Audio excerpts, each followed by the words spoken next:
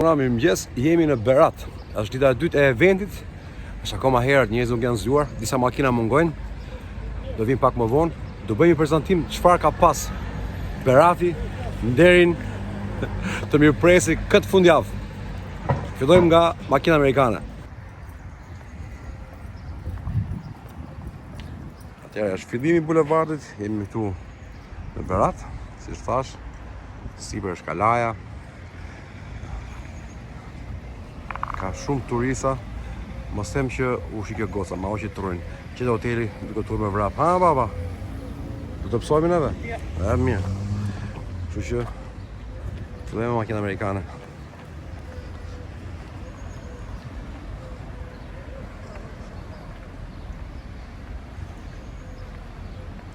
Jaguar. Ose po e letë të gjenë vetë njerëzit pa komente.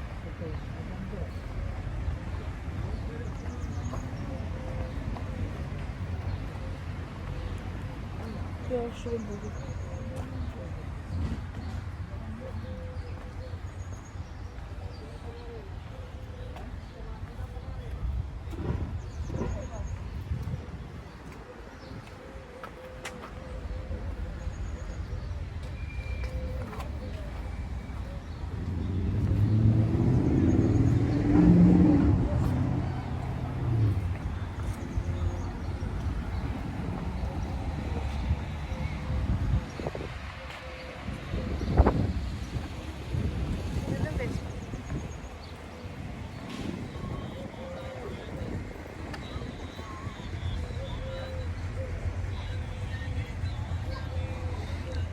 Këtë në kjo.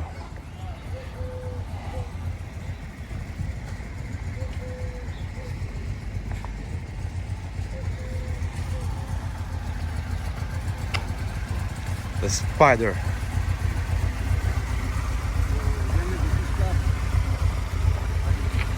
I keni njerë të isi për do këthejmë. Dhe apim.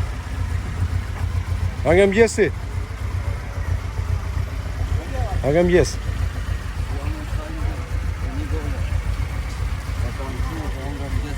Ashtë jetë fiksi puna ime. Unë hanga mje, gjithësësi.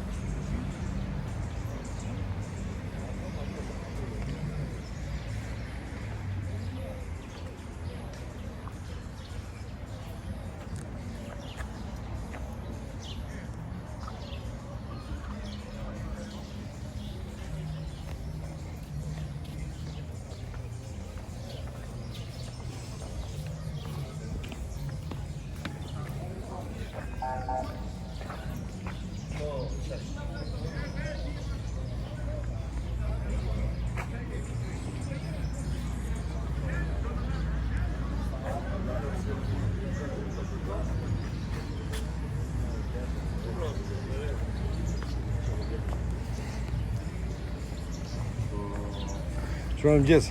Si mirë.